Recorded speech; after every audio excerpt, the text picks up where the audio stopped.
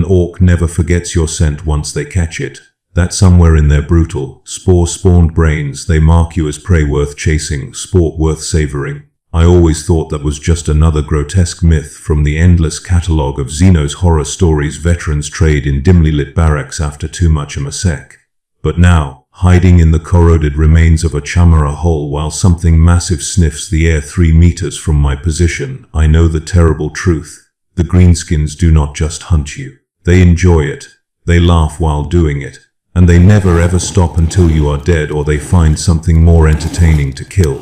I am Trooper Maren Castell of the Cadian 14th Mechanized Infantry, or rather I was. The regiment no longer exists as a functional fighting force. What remains of us is scattered across the ash wastes of Vorgar Secondus, hunted through the ruins of our own fortifications by an ork that descended on this world like the wrath of some cruel and cackling god. They came from the outer system 6 weeks ago, a fleet of ramshackle spacecraft held together by nothing but scrap metal, ork ingenuity and sheer belligerent willpower. Our naval picket engaged them at the Mandeville Point, and for 3 days the void lit up with lance strikes and torpedo spreads that should have reduced the greenskin armada to constituent atoms. We destroyed 47 ork vessels in those opening engagements. We celebrated each confirmed kill. We thought we were winning. Then the remaining 300 ships crashed through our defensive perimeter and made planetfall anyway, because orks do not care about acceptable loss ratios or strategic withdrawal.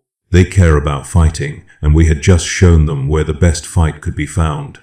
The first wave hit the primary hive city of Vorgar Prime, and within 18 hours the entire population of 14 million souls was either dead or fighting for the entertainment of Warboss Skullgrim Megaboss, a creature so massive that eyewitness reports claimed he stood nearly 4 meters tall in his spiked armor. The planetary governor ordered immediate evacuation of secondary population centers and called for Imperial Guard reinforcement from the sector reserve. The Cadian 14th was stationed on Vorgar Secondus, a mining world with minimal strategic value, but significant promethium refineries that supplied fuel to the subsector fleet. Our orders were simple. Hold the refineries until extraction could be organized, then fall back to the evacuation zones for off-world transport. We had 3,200 men. 18 Lemon Rust battle tanks, 47 Chimera transports, and enough ammunition to fight a sustained defensive action for 3 months if properly rationed, against a projected ork force of unknown size and composition. Command assured us the greenskins would focus their WAAAGH energy on Vorgar Prime, that we would face only scattered raiding parties, easily repelled by disciplined lasgun fire and armored support. Command was wrong. Catastrophically, fatally wrong. The orks that hit Vorgar Secondus were not scattered raiders. They were the outriders of the main, speed freaks and storm boys and entire mobs of ork boys spoiling for a fight that did not involve siege warfare against a fortified hive. They wanted open ground, running battles, targets that screamed and bled and tried to escape. They wanted sport. Captain Drevin, our company commander, was a veteran of the Sabbat World's crusade with commendations for valor at the siege of Vervoonhive. He understood ork psychology better than most. When the first reports came in of greenskin sightings in the northern Ash Barrens, he immediately ordered all units to fall back to the primary refinery complex and establish a defensive perimeter with interlocking fields of fire. Standard Imperial Guard doctrine against ork assault. Create a killing ground, force them to advance through overlapping heavy weapons coverage, break their momentum with disciplined fire and armor support. It works when you are facing a typical mob, all enthusiasm and no coordination. It works less well when you are facing blood axe commandos who have been watching your defensive preparations for 3 days and know exactly where your heavy weapons are positioned. The attack came at dawn on the 4th day of ork activity in our operational area. Not the expected frontal assault, but a coordinated strike against our supply depot 2 kilometers behind the main defensive line. They came up through the promethium pipelines, moving through spaces that should have been impossible for creatures of their size to navigate. 30 commandos armed with crude but effective silenced weapons, their bodies painted in rust-red camouflage that blended perfectly with the oxide dust that covered everything on Vorgar Secondus. They killed the supply depot guards without raising an alarm, set charges on our ammunition reserves, and melted back into the ash wastes before anyone realized what had happened. The explosion took out 40% of our stockpiled ordnance and started a promethium fire that burned for 6 hours. filling the sky with black smoke that could be seen for 100 kilometers in every direction. While we scrambled to contain the damage and reorganize our defensive positions, the main Ork force hit us from 3 directions simultaneously. They came in waves, hundreds of greenskins charging across the ash waste on foot, on crude bikes that belched black smoke, in trucks and buggies held together with scrap metal and Ork conviction.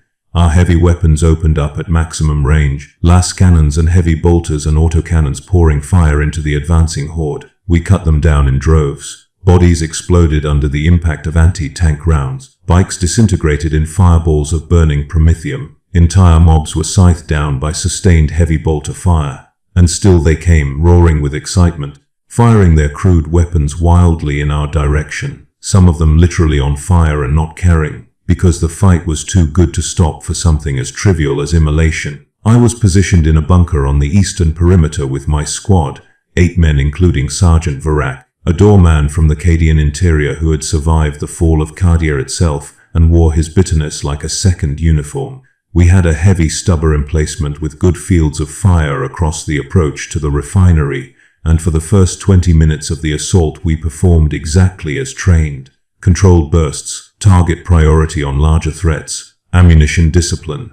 We killed so many Orks that their bodies created literal obstacle for the following waves. But we were not killing them fast enough. For every greenskin that fell, 2 more appeared from the ash storms, howling with joy at the carnage. The breakthrough came when one of their crude battle wagons, a massive truck armored with sheets of scrap metal and bristling with oversized guns, somehow survived the gauntlet of anti-tank fire and rammed directly into our defensive wall. The impact killed everyone in the adjacent bunker instantly and created a gap in our perimeter 20 meters wide. Ork boys poured through that gap like a green tide of muscle and fury. Close combat specialists, big armored brutes with crude power claws and massive choppers that could bisect a man with a single swing.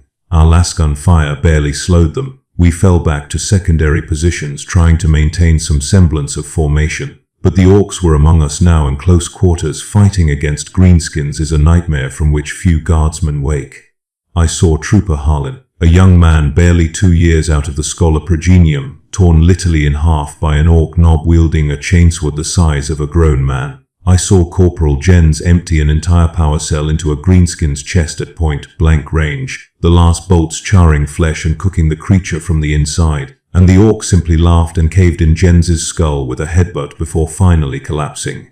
I fired my lasgun on full automatic, burning through power cells with reckless abandon, hitting green flesh again and again, and the Orks kept coming, kept laughing, kept killing. The sound of it was worse than the carnage. They were enjoying this. Every scream, every death, every moment of our terror fueled their excitement. Sergeant WAAAGH ordered a fighting retreat toward the refinery's main structure, where heavier fortifications might give us a chance to regroup.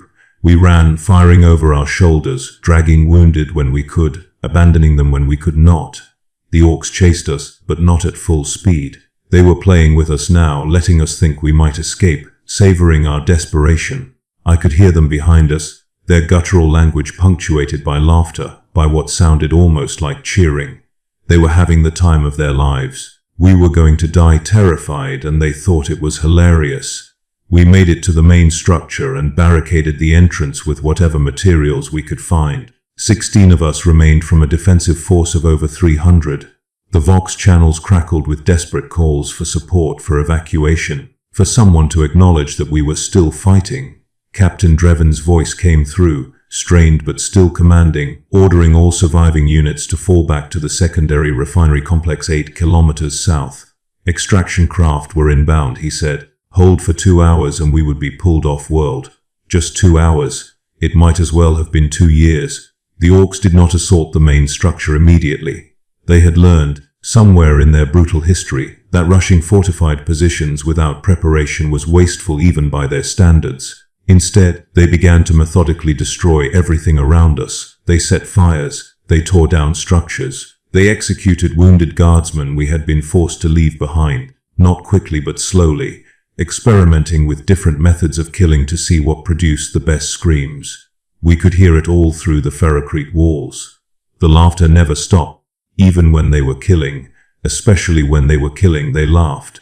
Sergeant WAAAGH positioned us at choke points inside the structure, covering the two main entrances and the large cargo bay doors that could not be properly secured. We had perhaps 400 last bolts remaining between all of us, 3 frag grenades, and 1 meltagun with a single canister of fuel. When the Orks came through those doors, we would hold for perhaps 30 seconds before being overwhelmed. We knew it. The only question was how much entertainment we could provide before the end. That is when the shelling started. Not Imperial artillery, but Ork guns. Massive crude cannons that fired explosive rounds with no regard for accuracy or collateral damage. They were not trying to breach the structure efficiently. They were softening us up, breaking our morale, making us understand that there was no escape, no rescue, no hope of survival. Each impact shook the building. Dust and debris rained from the ceiling. Somewhere in the lower levels, a support beam gave way and the entire eastern wing collapsed, taking 5 of our remaining men with it. 11 of us left. The Vox channel went dead, either from damage to our equipment or because there was no longer anyone alive to maintain the relay network. We were alone in the dark with the laughter of Orks echoing from every direction. When the assault finally came, it was not through the main entrances we had fortified, but through the collapsed eastern wing, a route we could no longer cover with our reduced numbers. They swarmed in like a green plague, and in the strobing light of lasgun fire I saw their faces clearly for the first time. Not the mindless savagery I had expected, but something worse: intelligence, anticipation, joy. These creatures loved killing the way some men love fine amasek or stim sticks. It was their art, their passion, their reason for existing, and we were the canvas upon which they practiced their craft. Sergeant WAAAGH died holding a doorway, his lasgun firing until the power cell depleted, then swinging it like a club until an Ork boy crushed his chest with a single blow from a spiked mace. Trooper Kellis made it 3 steps before something hit him from behind, and when I looked back all I saw was red. The meltagun roared once, turning an Ork knob into superheated vapor, before the weapon overheated and exploded. Taking Trooper Rennick's arms with it, I ran. Emperor forgive me, I abandoned the defensive position and ran deeper into the structure, through corridors I had patrolled 100 times during our occupation of this facility, now alien and terrifying in the smoke and darkness. Behind me, the laughter continued. They were not pursuing at full speed. They were hunting, and the hunt was better when the prey ran. I found a maintenance shaft and crawled inside, pulling a ventilation grate closed behind me. The shaft was barely wide enough for a human, certainly too narrow for the massive Orks I had seen. I crawled through darkness, my hands and knees scraping on corroded metal, the sound of my own breathing impossibly loud in the confined space. Somewhere behind me I heard voices, Ork voices, speaking their brutal language punctuated by laughter. They knew I was in here. They knew I thought I was hidden, and they thought it was funny. I crawled for what felt like hours but could only have been minutes, navigating by memory and desperation through the maze of maintenance shafts that honeycombed the refinery structure. Eventually I emerged in a sub-level storage area, dark and cluttered with broken machinery. I found a corner behind a pile of rust-eaten barrels and collapsed there, every muscle trembling with exhaustion and terror. My lasgun was down to a single power cell with perhaps 20% charge remaining. My combat knife was still in its sheath. I had a canteen half full of recycled water that tasted of metal and chemicals. No Vox, no way to call for help, no idea if anyone else from my regiment still lived. The sounds of fighting had faded, replaced by the more methodical noise of Orks looting and destroying, accompanied always by that terrible laughter. I waited in the darkness, forcing my breathing to slow, listening for any indication of movement nearby. Minutes passed, then an hour. My legs cramped, but I did not dare move. The Orks had to assume I was dead, buried under rubble or bleeding out in some forgotten corner. If I could just remain hidden until nightfall, I might be able to slip away into the ash wastes and make my way to the secondary refinery complex, 8 kilometers through Ork-controlled territory. It was suicide. It was also my only option. A sound froze my blood, sniffing, deep, animalistic sniffing, accompanied by the heavy tread of something large moving through the storage area. I pressed myself deeper into the shadows, gripping my knife because the lasgun would give away my position with its first shot. The sniffing grew closer, methodical and patient. Whatever was out there was tracking by scent, following the trail of my fear, sweat and blood from a dozen small cuts. I could see it now in the dim emergency lighting that still somehow functioned in this section. a massive shape moving on all fours, sniffing at the ground like some grotesque hound. An orc, but not like the boys I had seen in the assault. This one was lean, its muscles corded with obvious strength, its green skin marked with scars and crude tattoos. It wore minimal armor, just scraps of leather and metal that left most of its body exposed.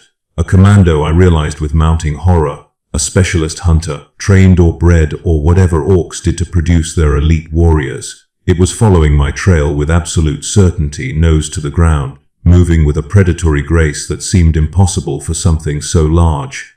My hand tightened on the knife. If it found me, I would have one chance to strike before those massive hands tore me apart. Aim for the throat, I told myself. Sever the arteries. Make the killing blow count, because there would not be a second one. The commando paused, its head lifting, those red eyes scanning the storage area. It was 5 meters from my position. Then 4, then 3. Its nostrils flared as it tested the air, and I knew with absolute certainty that it had caught my scent. There was no more hiding, no more hoping to be overlooked. This was the moment. Fight or die, and probably both. The orc's head turned toward my hiding place, its tusked mouth splitting in what might have been a smile. It knew exactly where I was. It had known for the past minute. It was simply enjoying the anticipation, savoring my fear the way a connoisseur savors fine wine. It spoke, its voice a guttural rumble that somehow formed comprehensible low Gothic. The orcs had learned our language, or at least this one had. That fact was more terrifying than anything else I had witnessed today. Little Yumi thinky hide gud. Now you stink like fear. Smell it from outside. Make good chase though. You run fast. That good. Make it fun. I erupted from my hiding place, knife leading, aiming for the creature's throat with every ounce of speed and desperation I possessed. The commando moved faster. Its hand caught my wrist mid-strike, stopping my attack with contemptuous ease. The strength in that grip was inhuman, bones grinding together as it squeezed. My fingers went numb and the knife clattered to the floor.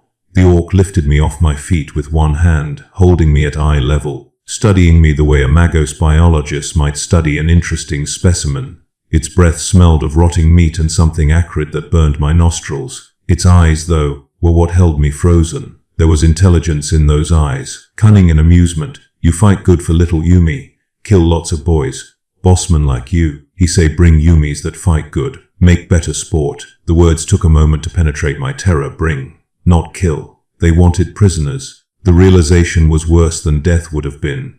I had heard the stories every guardsman had of what orcs did to captured humans. The creative brutality they employed when given time and captives. The gladiatorial pits where humans were forced to fight for orc entertainment. The medical experiments conducted by pain boys with more enthusiasm than skill. Death in combat was merciful by comparison. I kicked at the creature's face, connected solidly with its nose. The commando's head snapped back, and for a moment its grip loosened. I dropped, rolled, grabbed my lasgun from where it had fallen and fired point blank into the orc's chest. The last bolt burned through flesh with a smell of charred pork. The commando looked down at the smoking wound, then back at me and laughed. It actually laughed. The wound was already beginning to clot, the creature's insane physiology knitting itself back together with impossible speed. It had let me go on purpose, to see what I would do, to enjoy my desperate attempt at resistance before it inevitably recaptured me. I ran again, deeper into the storage area, weaving between machinery, trying to put distance between myself and the hunter. Behind me came that terrible laughter and the heavy sound of pursuit, but again not at full speed. It was playing with me, letting me tire myself out, herding me towards some predetermined destination. I burst through a door into what had been a workers' rest area, now wrecked and littered with debris. No other exits. Dead end. I spun, bringing my lasgun up, ready to sell my life as dearly as possible. The commando appeared in the doorway, still smiling that tusk smile, still moving with that terrible casual confidence. Gud run, Yumi. Real gud. But game over now. You come with Grokka, meet the boss, he like you. Maybe let you live long time. Maybe make you fight in the pit. You tough. Might win a few fights 'fore you die. That good life for Yumi. Yeah. It advanced, hands outstretched to grab me, and I made a choice. If capture meant prolonged torture and death for orc entertainment, better to die here on my own terms. I turned my lasgun around, pressed the barrel under my chin, and reached for the trigger. The commando moved with blinding speed, crossing the distance between us faster than I could react, knocking the weapon from my hands. It grabbed me by the throat, lifting me again, but this time there was no amusement in its eyes. There was anger. "Now Yumi, you don't take the easy way. Boss want prisoners, dat fight. You fight. You don't get to quit, dat cheating." It slammed me against the wall hard enough to drive the air from my lungs, then dropped me to the floor. I gasped for breath, ribs screaming with pain, vision blurring at the edges. The orc crouched next to me, one massive hand pinning my chest, the other retrieving a length of crude rope from its belt. It began binding my wrists with surprising efficiency for something with such thick fingers, pulling the knots tight enough to cut off circulation. I tried to struggle but had no strength left. Everything hurt. My body had reached its limit. "You rest now, Humi. Got long walk. Boss camped 3 days that way." It gestured vaguely toward what I assumed was north. 3 days of forced march through ash wastes in the custody of orc hunters. 3 days to contemplate what awaited me at the end. 3 days during which I would pray for death and be denied it. The commando produced a filthy rag and stuffed it into my mouth before I could bite my own tongue off, then tied another strip of cloth around my head to keep the gag in place. It hoisted me over its shoulder like a sack of grain, and I hung there helplessly, watching the floor recede as it carried me out of the storage area and back toward whatever nightmare awaited in the Ork-occupied sections of the refinery. We emerged into what had been the main assembly area, now transformed into a temporary Ork camp. Dozens of greenskins were scattered throughout the space, some tending to crude vehicles. Others engaged in brawls that seemed to be as much entertainment as dominance display, still others sorting through piles of looted equipment and arguing over who got what. In the center of the space, several humans hung in cages fashioned from scrap metal, some unconscious, others staring with the hollow eyes of those who have seen too much horror and broken under its weight. These were my brothers and sisters in arms, survivors of the regiment, and they had been reduced to this: trophies, livestock, entertainment for creatures who killed the way humans breathed. The commando carried me toward a larger structure at the far end of the assembly area, what had been the refinery's command center before the Orks had claimed it for their own purposes. The door was guarded by 2 massive Ork boys in spiked armor, both armed with crude but effective-looking sluggers. They grunted acknowledgement as Grocker approached, then pulled the door open to reveal the chamber beyond. What I saw there made my remaining hope die completely. The command center had been transformed into something between a throne room and an abattoir. Crude banners hung from the walls, some displaying Ork glyphs I did not recognize, others decorated with items I recognized too well. Human skulls, imperial eclats torn from guard uniforms, dog tags strung together like grotesque prayer beads. At the far end of the chamber, seated on a throne constructed from what appeared to be a partially intact lemon rust battle tank, was the largest Ork I had ever seen. This had to be the boss Grocker had mentioned, the leader of this war band. It was easily 3 meters tall even seated, its body a mass of scarred green muscle barely contained by crude armor that had been cobbled together from a dozen different sources. One arm ended in a massive power claw that sparked with barely contained energy. The other held what appeared to be a custom shooter large enough to serve as crew-served weapon for a human. The creature's face was a nightmare of tusks and scars, its eyes burning with an intelligence that was somehow more frightening than simple animal rage would have been. This was not a mindless beast. This was a warlord, a strategist, something that thought and planned and had led its followers to victory against organized imperial resistance. Grocker approached the throne and dumped me unceremoniously on the floor at the warboss's feet. I landed hard, the impact driving what little air remained from my lungs. The commando spoke in the Ork language, guttural and harsh, and though I understood none of the words, the meaning was clear from context. I was being presented as a prize, a particularly entertaining captive worth the boss's attention. The massive Ork leaned forward, studying me with those burning eyes, and when it spoke its voice was like an avalanche-given sound. "Dis da one dat killed 23 of me boys. Dis little Yumi." It reached down with its normal hand, grabbed me by the front of my uniform, and lifted me to eye level with casual strength. I dangled there, unable to resist, barely able to breathe around the gag.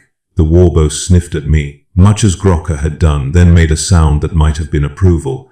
"Yeah, dis one got da smell. Fear smell too, but underneath still kill smell. Dat good. Humies dat only fear they boring die too fast. But you, little kill Yumi, you might last." It dropped me back to the floor and turned to address other orcs I had not noticed in the shadows of the chamber. Put this one with the other fighters. Feed 'em. Keep 'em strong. First game's tomorrow. Want to see if da little Yumi's learned anything good from us. The command was clearly a dismissal.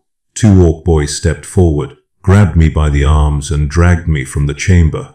I caught a final glimpse of the warboss settling back onto its throne, already losing interest in me, its attention turning to some new entertainment.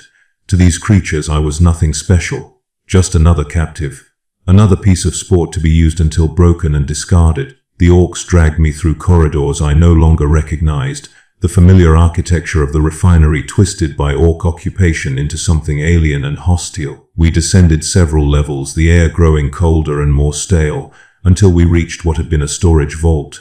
The heavy door stood open, revealing a large chamber lit by flickering emergency illuminators.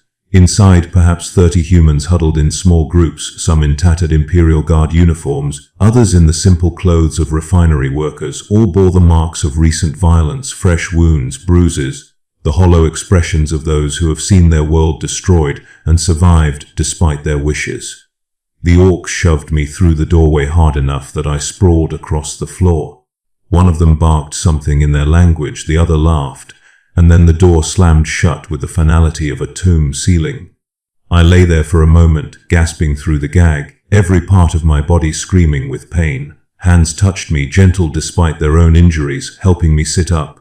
Someone removed the gag carefully and I coughed and spat, tasting blood. When my vision cleared, I found myself surrounded by faces I recognized. Trooper Hellick from 3rd Platoon, Corporal Maren from Heavy Weapons, Sergeant Loris, her left arm bound in crude splints. Others I knew by sight if not by name. Survivors of the slaughter gathered here to await whatever fate the orcs had planned. Easy, Castell, easy. Sergeant Loris's voice hoarse but still carrying the tone of command. You are safe for now, relatively speaking. Safe was not the word I would have chosen. Locked in a chamber deep in orc-controlled territory awaiting some undefined horror. But I understood her meaning. We were alive and unharmed for the moment, which was more than could be said for the thousands of our comrades who had fallen in the defense of this cursed refinery. I worked moisture into my mouth and managed to speak, my voice barely above a whisper. How many survived? Loris gestured to the assembled prisoners. What you see here? 43 from the entire regiment. The orcs killed everyone else, or most of them died in the fighting. These they kept as prisoners. She paused, her expression darkening. For the games. The way she said games made my blood run cold. I looked around the chamber more carefully and noticed details I had missed in my initial shock. Crude weapons leaned against the walls, lengths of pipe, sharpened metal bars, even a few actual blades scavenged from Emperor Newware.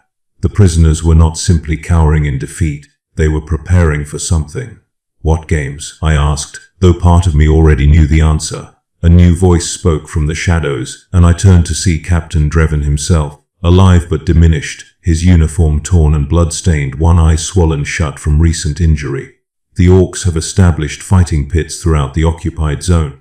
Tomorrow they begin what they call the Gud fights. Prisoners battle each other or captured wildlife or sometimes individual orcs for their entertainment. Winners get extra rations and medical attention such as it is. Losers die, obviously. It is a spectacle. Sport for the greenskins while they wait for reinforcements to arrive for their next offensive.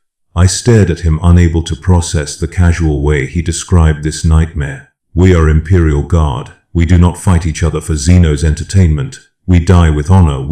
The captain cut me off with a harsh laugh that held no humor. Honor died when they breached our perimeter, Castell. Now we survive however we can and pray for rescue or death, whichever comes first. The orcs want entertainment. We give them entertainment. The alternative is immediate execution, and I will not see what remains of this regiment slaughtered without purpose. His words hung in the air like a physical weight. Others in the chamber nodded in agreement or simply stared at nothing, their expressions speaking of horrors already witnessed.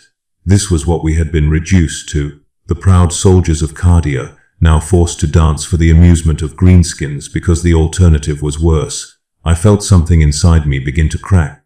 The foundations of belief that had sustained me through training and combat, and the fall of our defensive positions finally giving way under the unbearable weight of this reality. We were not warriors anymore. We were slaves at best, disposable entertainment at worst. I cannot do this. I said the words escaping before I could stop them. I cannot fight my own brothers for these creatures. I would rather die now with a blade in my hand than live as their plaything. Sergeant Loris moved closer, her good hand gripping my shoulder with surprising strength. Then you are a fool, Castell, and your death will mean nothing. We fight because while we live there is a chance, however slim, that rescue might come. The Navy knows this world fell. Someone will investigate. Someone will mount a relief effort. If we are all dead when that happens, we cannot benefit from it. So we survive, we endure. We do whatever we must until deliverance arrives. I wanted to believe her. I wanted to find that same core of determination that had carried her through, who knew what horrors since our defensive lines fell. But all I felt was exhaustion, despair, and the cold certainty that no rescue was coming, that this world was already written off as lost, that we were already forgotten by the Imperium we had served. Still, what choice did I have? If I refused to fight, the Orks would simply kill me and find their entertainment elsewhere. At least by participating I could maintain the illusion of control over my fate for a few hours longer. What do we do? I asked finally, hating the defeat in my own voice. Captain Dreven moved into the light and I saw he held one of the crude pipe weapons. We train, we prepare. We remember that we are Cadian, and Cadians do not yield even in the face of impossible odds. Tomorrow, when they drag us into their pits, we fight. Not for their amusement, but for our own survival and for the hope that somewhere, someone still remembers we existed. He raised the pipe weapon in a salute, and one by one the other prisoners did the same with whatever implements they had claimed. A ragged company of broken soldiers, preparing to fight for the entertainment of Xenos, trying desperately to convince ourselves that this was somehow different from simple surrender. The night passed in a haze of exhaustion and restless attempts at sleep. The Orks brought food at some point, great slabs of barely cooked meat of questionable origin and buckets of water that tasted of rust and chemicals. We ate because we needed strength, not because we had appetite. Some of the prisoners talked in low voices, sharing stories of the battle, comparing notes on how their sections had fallen. Others sat in silence, lost in private hells. I found myself next to Trooper Hellick, a young woman from my own platoon whom I had trained alongside at the Scholar Progenium on Cadian before that world fell. "Do you remember the oath we swore?" she asked quietly, her eyes fixed on the far wall. "When we graduated, when they gave us our first lasguns and told us we were soldiers of the Emperor." I nodded, the words coming back from what felt like another lifetime. "I swear by my blood and bone that I shall serve the Emperor of mankind and the Imperium of man.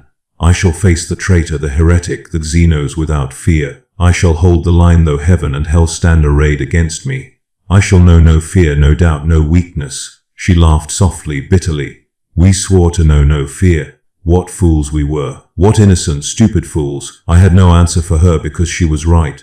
The oaths we swore had been grand and noble and completely divorced from the reality of war against an enemy that saw us as nothing more than amusing prey. Fear was not something you chose to know or not know. It was something that happened to you, as inevitable as the rising of suns or the turning of stars.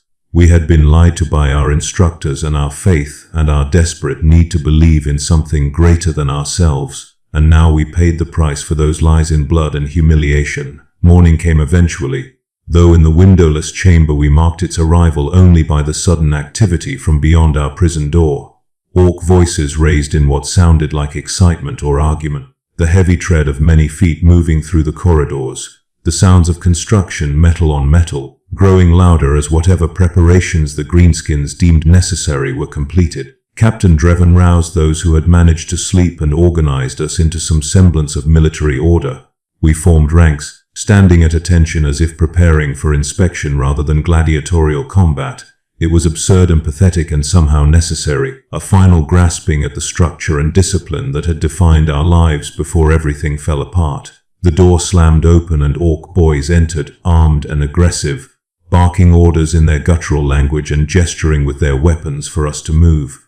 We filed out into the corridor, maintaining formation as best we could despite the shoving and harassment from our captors.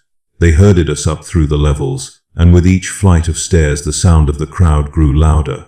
Roaring voices, the clang of metal on metal. What might have been music if the term could be applied to the discordant crashing of drums and horns that assaulted our ears? The Orks were excited, worked up into a frenzy of anticipation. Today was a festival for them. Today they would see blood. We emerged into what had been the refinery's main loading bay, now transformed into an arena of nightmare proportion. The Orks had cleared the center of the space, creating a crude fighting pit perhaps 30 meters across, bordered by walls of stacked scrap metal and cargo containers. Around this pit hundreds of greenskins had gathered, packed shoulder to shoulder on makeshift stands and perched on every available surface. They roared when they saw us, a deafening wall of sound that made my bones vibrate. Some waved crude banners. Others brandished weapons in salute or challenge. All of them radiated that same terrible excitement, that joy and anticipated violence that defined their entire species. At the far end of the arena, elevated above the crowd on a platform constructed from what appeared to be parts of several chimera transports welded together, sat the warboss I had seen the night before. Around it clustered other large orcs wearing elaborate armor and carrying oversized weapons, clearly figures of importance within the warband hierarchy. They leaned in close to their leader, shouting to be heard over the crowd, gesturing toward the pit and the assembled prisoners. Making wagers, I realized with sick certainty, betting on which of us would survive, which would die quickest, which would provide the most entertainment before our inevitable ends. We were lined up along one side of the pit, still under guard, while the warboss rose from its throne and raised its power claw for silence. The crowd's roar diminished to a low growl of anticipation. When the warboss spoke, its voice carried across the arena with surprising clarity, amplified by some crude vox system the Orks had rigged. Today we got new fighters. Little Yumis from Datin Yumi place. We smashed good. They killed lots of boys, so they earned right to die proper. In the pit. For WAAAGH, the crowd exploded into cheers so loud I felt them as physical pressure against my chest. The warboss continued, clearly enjoying its role as master of ceremonies. First fight we start easy. One Yumi, one squig. Let's see if Tin Yumis can fight something with teeth. More cheers, more roaring approval. The Ork boys began pushing through our ranks, clearly searching for the first victim. Their eyes passed over the wounded, the obviously weak, settling instead on those who looked like they might provide worthwhile sport. One of them grabbed Trooper Maren, the young woman I had spoken with the night before, and began dragging her toward the pit. Without thinking, I stepped forward. Take me instead. The words came out before rational thought could stop them. The Ork boy paused, looking me over with those red eyes, then made a sound that might have been amusement. It shoved Maren back into the line and grabbed my arm instead, its grip like an industrial vice. Captain Drevin caught my eye as I was dragged past, his expression unreadable. Approval, resignation, pity. Perhaps all three. Then I was being pushed toward the pit entrance through a gap in the scrap metal walls into the arena proper. The noise of the crowd was overwhelming at ground level, a physical force that threatened to drive me to my knees. I forced myself to stand straight, to meet the gaze of the warboss across the pit, to show no fear even though terror sang through every nerve. An Ork approached carrying what appeared to be weapons, crude implements fashioned from scrap but functional enough for their intended purpose. It gestured for me to choose, a length of pipe with one end sharpened to a rough point, a club studded with bent nails, a chain with a heavy bolt welded to the end.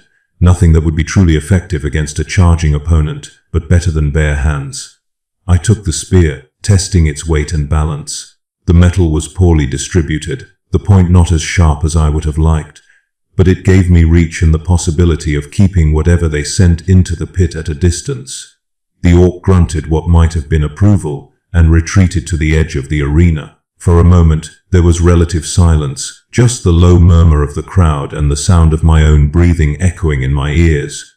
Then a gate on the opposite side of the pit creaked open, and something bounded through. Squigs are orkoid organisms, distantly related to the greenskins themselves but evolved or designed for different purposes.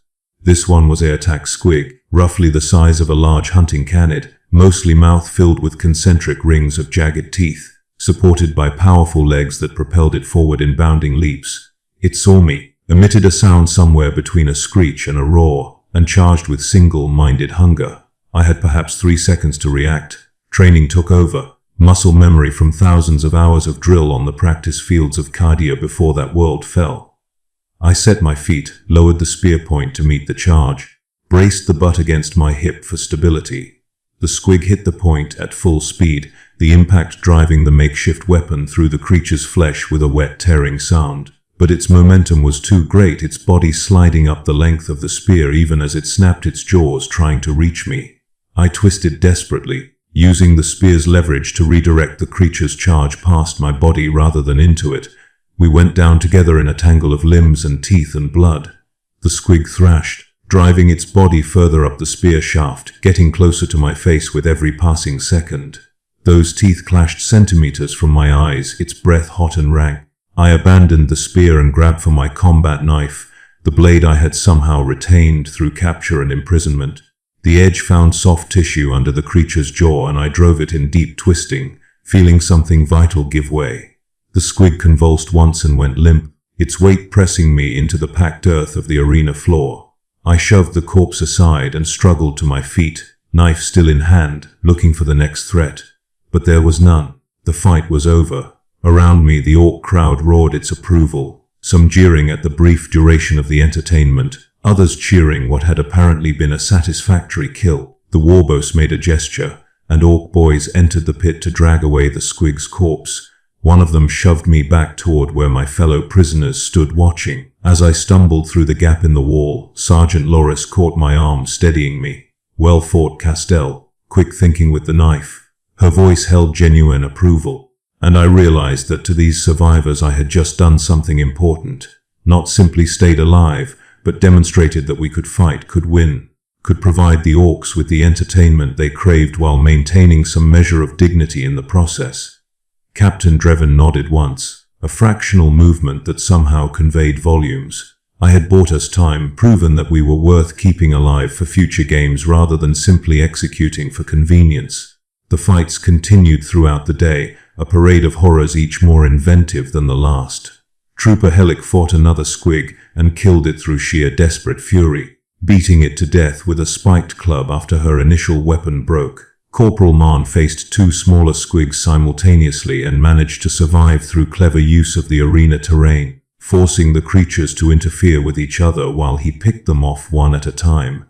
Others were less fortunate, their brief struggles ending in screams and blood and the roar of orc approval. Between fights we were allowed water and brief rest, the orcs understanding that exhausted prey made for boring sport. I sat with my back against the scrap metal wall, every muscle trembling with spent adrenaline, to watching as my comrades were sent one by one into the pit. Some I knew well, others only by sight, but each death diminished us further, reducing what remained of the proud Cadian 14th to an ever smaller remnant of traumatized survivors. By the time the sun began its descent toward the horizon, only 23 of us remained alive. The warboss rose again, and the crowd fell silent in anticipation of its pronouncement.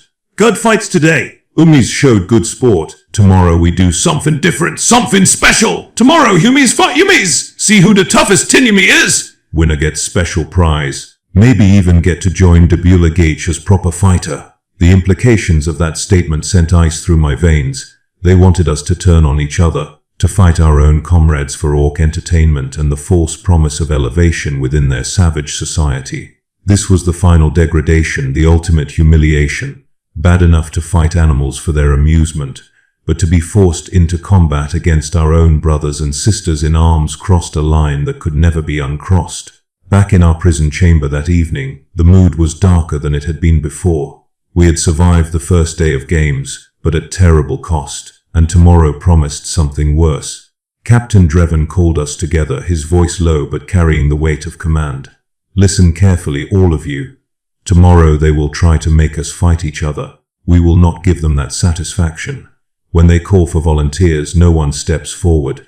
When they try to force the issue, we resist. We would rather die together than tear ourselves apart for their entertainment. A Sergeant Loris spoke up, her tone cautious. Sir, if we refuse to fight, they will simply kill us all. Is that preferable to some of us surviving? The captain's expression hardened. Yes, Sergeant, it is. We are Imperial Guard. We die before we betray our own. That is not negotiable. If our deaths deny the orcs their sport, if our defiance in some small way frustrates their plans, then we will have served the Emperor one final time with honor. The words hung in the air, and I saw nods of agreement rippling through the assembled prisoners. We were exhausted, broken, traumatized beyond measure, but we were still soldiers, still Cadian, and Cadians did not yield. Sleep that night was impossible for most of us. We sat in small groups, talking quietly, sharing memories of home and unit and the lives we had led before this nightmare. Trooper Helic told stories of growing up in the hab blocks of Casamirac, of childhood games played in the shadow of defense batteries. Corporal Maren spoke of his family's tradition of guard service, 7 generations of soldiers stretching back to the founding of Cadian itself, a lineage that would end with him in this forgotten refinery on a forgotten world. I found myself thinking of my own family, of my mother who had wept when I left for the Schola Progenium, of my father who had simply nodded once and told me to serve with honor. I had tried. Emperor knew I had tried. But honor seemed like a luxury from another life, meaningless in the face of what we had become. Morning arrived with the now familiar sounds of Ork activity beyond our door. But something was different. The usual aggressive shouting and casual violence as the guards came to collect us was absent, replaced by hurried movement and what sounded like alarm.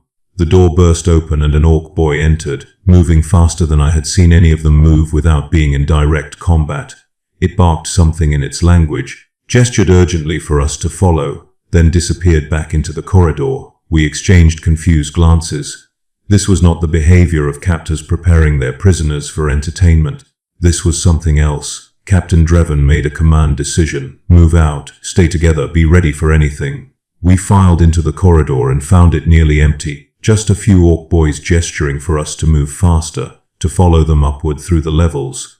The usual sounds of the Ork encampment were different, more focused. Less celebration and more preparation for something. We emerged into the loading bay that had served as yesterday's arena, but the space had been transformed again. The fighting pit stood empty and ignored. Instead, Orks swarmed throughout the area, loading weapons, performing crude maintenance on vehicles, organizing themselves into mobs under the direction of larger leaders.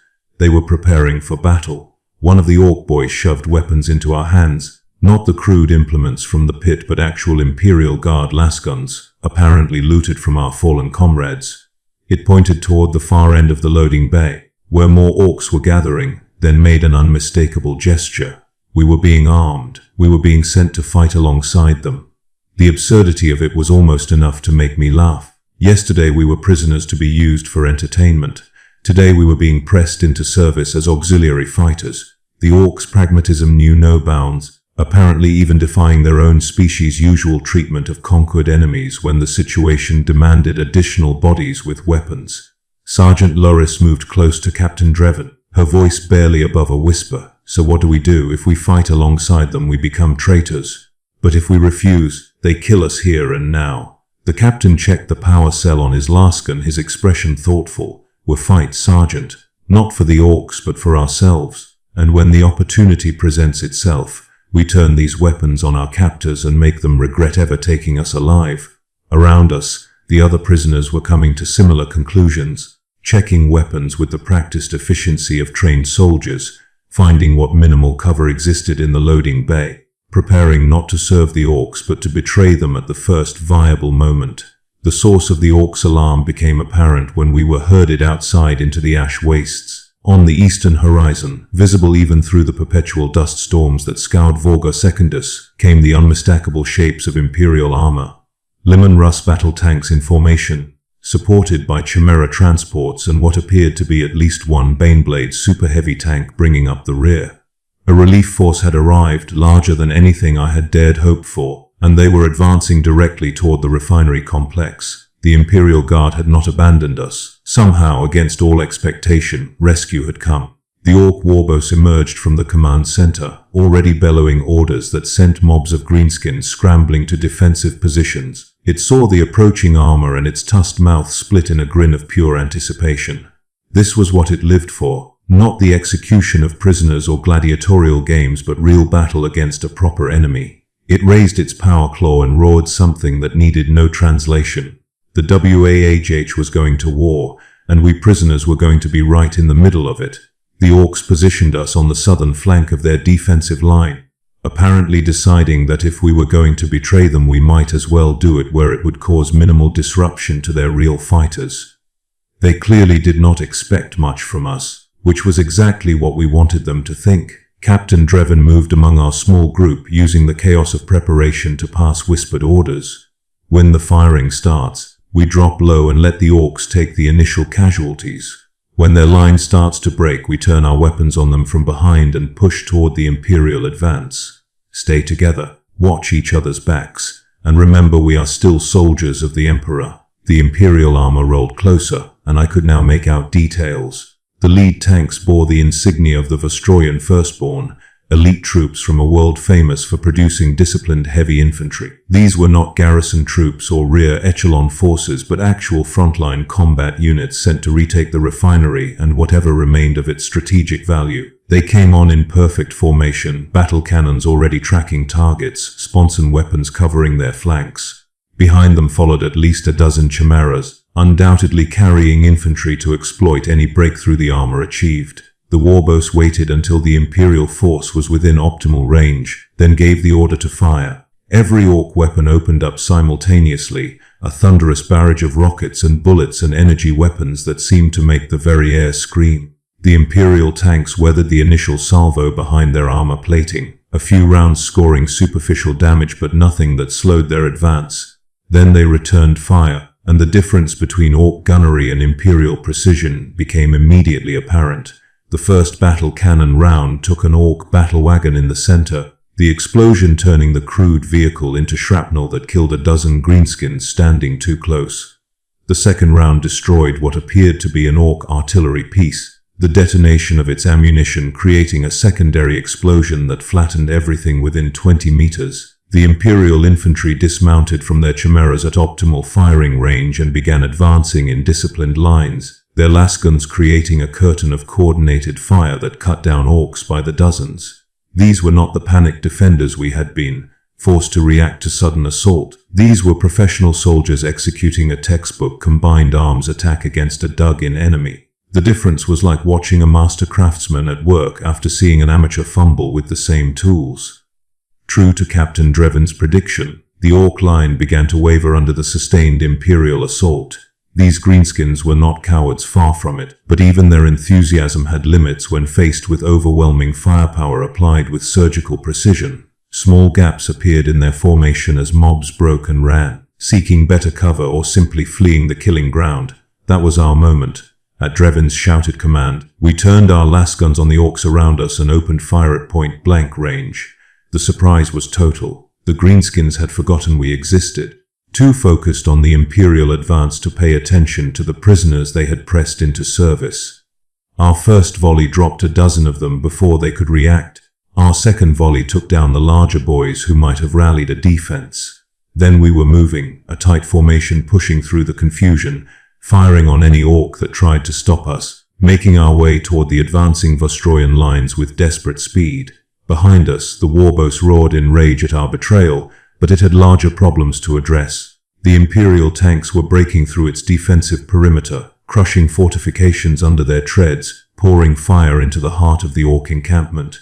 We ran through the chaos, through the smoke and explosions and the screams of dying greenskins, and ahead of us I could see Vostroyan infantry holding their fire, recognizing us as Imperial forces despite our tattered uniforms and desperate appearance.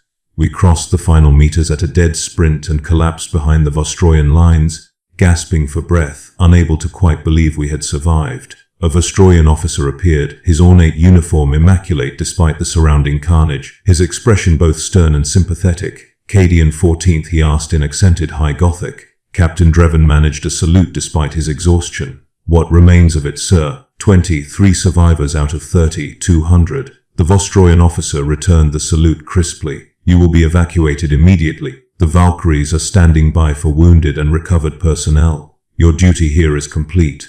As we were loaded onto the evacuation craft, I turned for one final look at the refinery. The Imperial assault was crushing the Ork position with methodical efficiency, tank rounds and lasgun fire clearing the enemy from buildings they had occupied for less than a week. It had taken 200 of us dying to delay them briefly. It would take these professional soldiers perhaps an hour to eradicate them completely. That was the nature of the Imperial war machine, brutal and unstoppable when properly applied. We had simply been in the wrong place at the wrong time, facing an enemy we were not equipped to handle, and we had paid the price in blood. The Valkyrie lifted off, banking away from the battlefield toward the evacuation zone and eventual transport off-world. Below us, Vorgar Secondus receded into the ash-choked distance, a world of bad memories and worse dreams. I closed my eyes and tried to find some sense of relief, of gratitude for survival, but all I felt was emptiness. We had escaped the Orks' clutches, yes, but we had also become something less than what we were, shaped by captivity and horror into survivors rather than soldiers. The scars would fade eventually, or at least become less raw. But the knowledge of what we had endured, of what we had been reduced to, would remain forever. I am Trooper Maren Castell, last survivor of my platoon from the Cadian 14th Mechanized Infantry. This is my account of the fall of Vorgar Secondus and what it means to be hunted by Orks. Not killed quickly in honorable combat, but hunted, captured, degraded. Used for their entertainment until we ceased to be human in their eyes, and became simply things that screamed and bled for their amusement. I write this from the Medica deck of the transport ship Endless Vigil as it carries us away from that cursed world, away from the refinery that became our prison, away from the pits where we fought for greenskin pleasure. The Medica staff tell me I am healing well from my physical injuries. The cuts and bruises and muscle damage will mend in time. They do not mention the other wounds, the ones that never fully heal. The dreams that wake me gasping in the night, reliving the moment the commando caught my scent. The involuntary flinch when I hear loud laughter, my mind instantly translating any expression of joy into the sound of Orks celebrating another death. The way my hands shake when I try to eat, remembering the meat the greenskins fed us without explaining its origin. These are the true costs of being hunted by Orks, the prices that do not appear in casualty reports or after-action summaries. We 23 survivors will carry these wounds for the rest of our lives, however long or short those might be. And we will remember that the Orks are not simple brutes to be mocked or dismissed. They are hunters who have perfected the art of breaking their prey, not just physically but psychologically.